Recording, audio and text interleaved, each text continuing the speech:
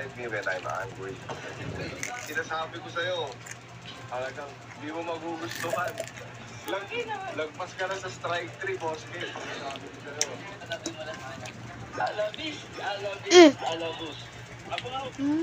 Towel. Ayan. Ayan. Ayun o. Parang ganito.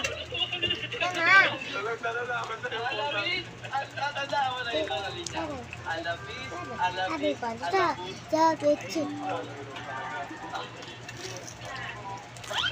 Wala akong gagawin din. Para naman ako na kuryente dito. Ay, ikaw nga magbibigay ng kuryente sa electric. Ganito ko, ganyan. Parang taro mo, di mo. Yan, nasa harap pala sa kanya. Alabis, alabos. Wala yun.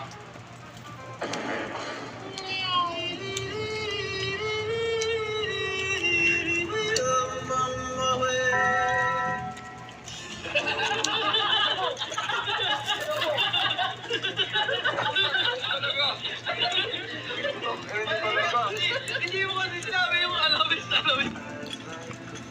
oh my God. Daing na bangus? Rice mat at flooring at rubber paint. Dahil rubber paint yung ginamit natin sa mismong court natin, kaya rubber paint din yung gagamitin natin dito sa mini half court ni Lucas para sobrang kape. At rubber mat, yung flooring para maging safe yung mga bata na maglalaro dito sa mini half court. Napanood ko na yun eh.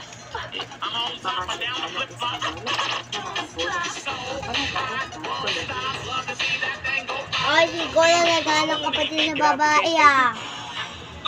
Ano sabi kaya? Eh, ano ka na sa babae? Daw? Ano daw?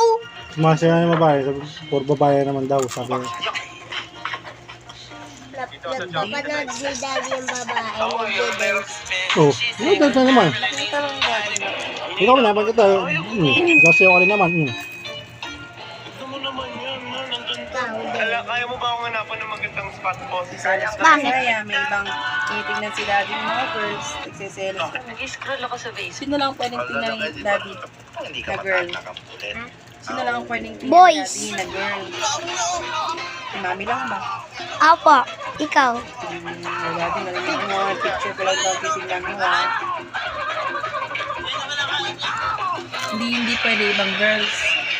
Si Daddy kasi nagsisit ng ibang girls.